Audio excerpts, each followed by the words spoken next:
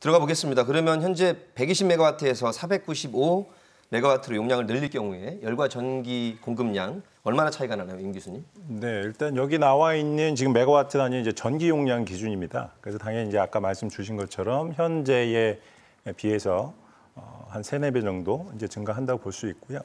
단지 이제 저희가 이제 시스템 자체가 좀 바뀝니다. 기존에는 지금 그 스팀 터빈이라고 해서 우리가 이제 단순히 스팀을 이용해서 그냥 발전만 하는, 그리고 거기서 남는 열을 회수해서 열 공급을 하는 방식인데 비해서 지금 새로 이제 고려하고 있는 건 이제 복합 화력 발전 방식이거든요. 예. 먼저 가스 터빈을 한번 돌려서 전기를 한번 생산하고 다시 그 버리는 열을 스팀 터빈 한번 더 생산하니까 당연히 이제 전기량이 더 많아지겠죠, 그죠?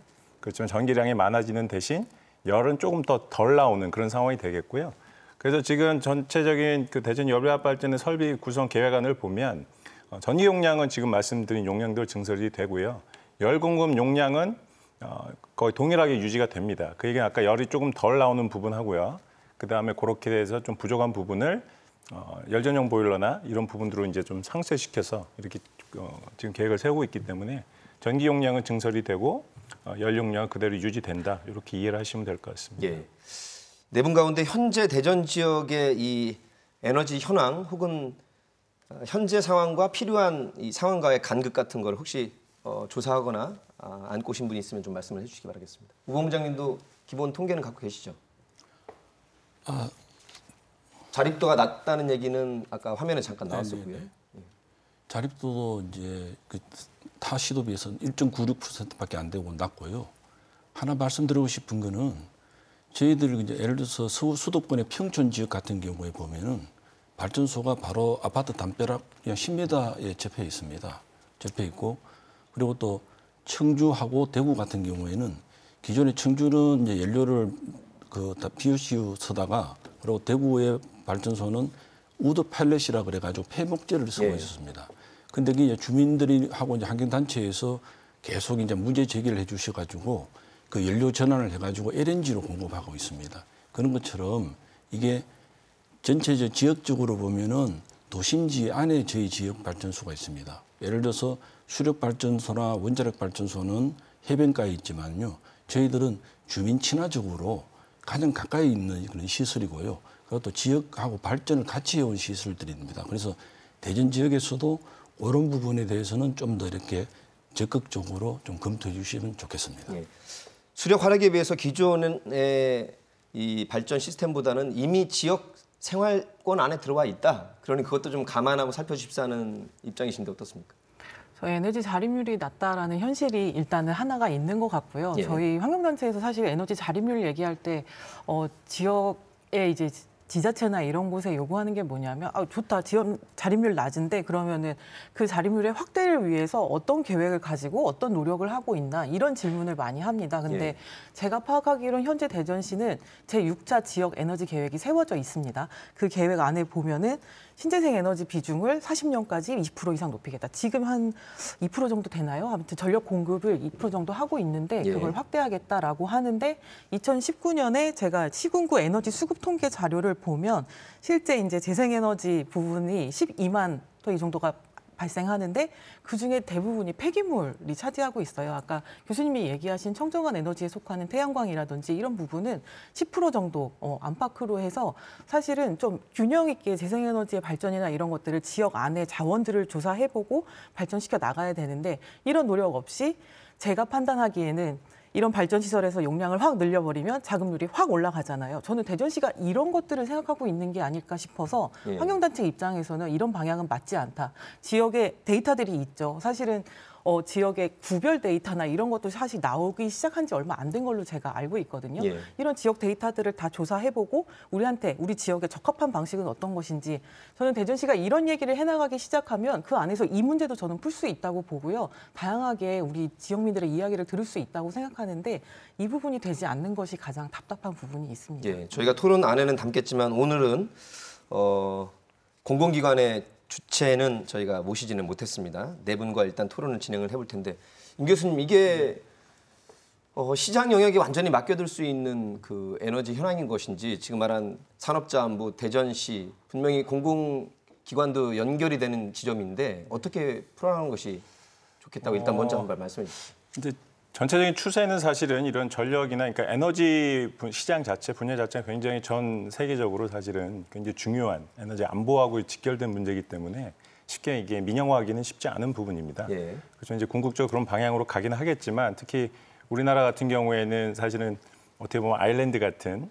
외부와 다른 국가와 연결하기 굉장히 어려운 그런 상황이기 때문에 이제 독자적인 에너지 공급 시스템을 구축을 해야 되는 관점에서 보면 그래서 더더욱 정부나 산업부 입장에서 이런 어떤 지역의 현안임에도 불구하고 이런 대규모 열병합 발전 설비나 이런 것들을 어떤 산자부 산하에서 이렇게 관리하고 하는 것 같고요.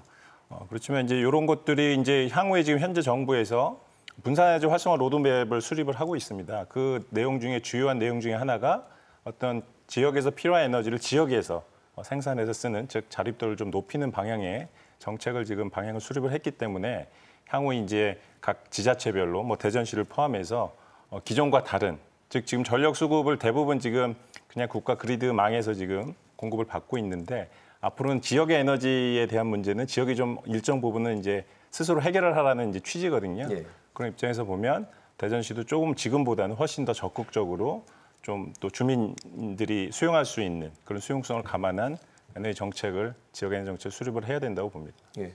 또 화면에서 보셨지만 이미 우리 주민들께서 시위를 하고 있는 입장이라서 우리 대전시의 입장도 아마 내부에 고심이 깊을 걸로 짐작이 됩니다. 이 문제 관련해서 한 말씀 드리면 이게 이제 9차 전력 이제 수급 계획에 보더라도 그러니까 이 열병합과 관련해서 25메가 정도를 이제 상정해 놓고 있더라고요. 그리고 이제 전체적으로 대전시가 9,500기가와트 정도를 소비하는데 사실 이제 500메가와트를 가지고 이게 이제 그 지역의 전력 자립도를 높인다라고 하는 것은 사실 좀 이렇게 너무 부족한 이야기이고 그리고 이 논의의 출발 자체가 여기도 이제 현대화 사업 계획에 보면 열병합 발전에서 이렇게 제출한 이것을 이렇게 이제 발전 양을 늘리는 것에 핵심적인 어쨌든 이 목표로 두고 있는 게 이제 경제성을 제시하고 있거든요. 그러니까 사실 이것의 출발이라고 하는 것이 이제 그렇게부터 시작이 된 거고 이제 대전시나 산자부가 이 문제를 가지고 앞서 말씀하셨던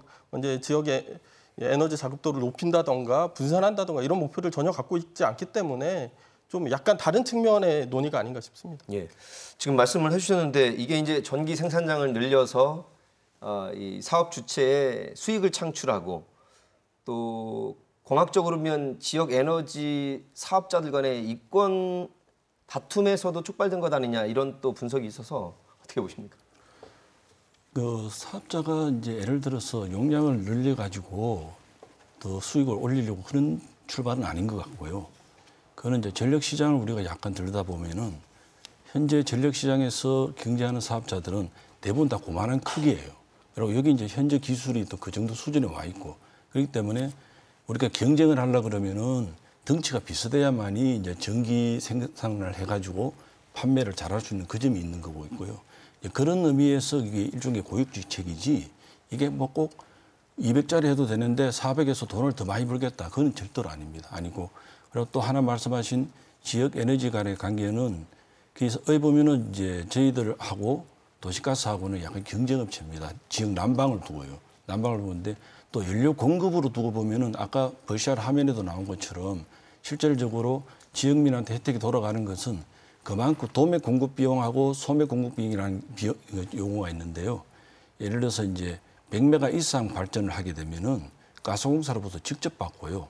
100메가 미만 작은 회사는 이제 도시가스로부터 받습니다. 그러다 보니까 이제 그 차익이 그만큼 이제 지역 주민한테 돌아간다고 봐야 되는 거죠. 그리고 또 역으로 보면은 지금까지 도시가스 사업자들이 반대해가지고 기존에 그런 부분들이 혜택 못 본 부분들도 어디 보면은 뭐 기회 손실이라고도 볼 수도 있습니다. 예. 또 한 가지 잠깐 화면에서 등장했던 민자 사업과 관련한 이 폐해 중에 한 가지로 거론될 때 꼭 등장한 그 낯익은 이름이 있습니다.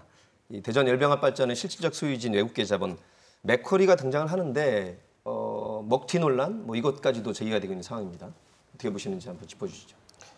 예, 뭐 어쨌든 어떤 자본이든 간에 기업이 이윤을 내려고 하는 건 뭐 이제 당연한 일이라고 생각을 하고요. 다만 이제 맥쿼리라고 하는 것이 이제 이명박 정부 때 들어오면서 이제 특히 이제 교통을 중심으로 해서 기간 산업 뭐 이런 데 많이 들어왔고 이것이 이제 작동하는 과정에서 불신을 많이 쌓은 거죠. 여기 대전만 하더라도 이제 갑천 고속화도로나 이제 서해안 논산간 민자고속도로 뭐 이런 걸 맡아서 했었는데 이제 이런 과정에서 굉장히 불신이 많이 쌓였던 건 사실인 것 같습니다. 근데 어쨌든 뭐 이제 기업이 이윤을 추구하는 문제와 그런데 이런 정책을 결정할 때의 기준은 그러니까 우리 사회가 갖고 있는 그 사회적 과제가 있고 사회 전체 공동체 구성원의 이익이라고 하는 게 있습니다. 그래서 사실은 무엇을 기준으로 아까 이제 뭐 요금이 낮아진다 이렇게 말씀을 하셨는데 당연히 뭐 이제 요금을 부담을 해야 되는데 저는 요금보다 더 중요한 문제는 그 건강권과 이 탄소 배출에 있다고 생각을 하거든요. 그러니까 뭐 그 열병합 발전이 뭐 이제 세 가지를 검토를 했더라고. 기존의 전기터빈 방식을 유지하는 거 300메가 이하를 도입하는 방식 500메가 뭐 이렇게 했는데 경제성 500메가가 제일 좋고 그런데 저는 예를 들어 전기터빈을 하면 30년간 뭐 1,700억 원 정도의 적자가 있다라고 하는 분석이 있습니다. 그러면 이 적자를 어떻게 메울 것인가 오히려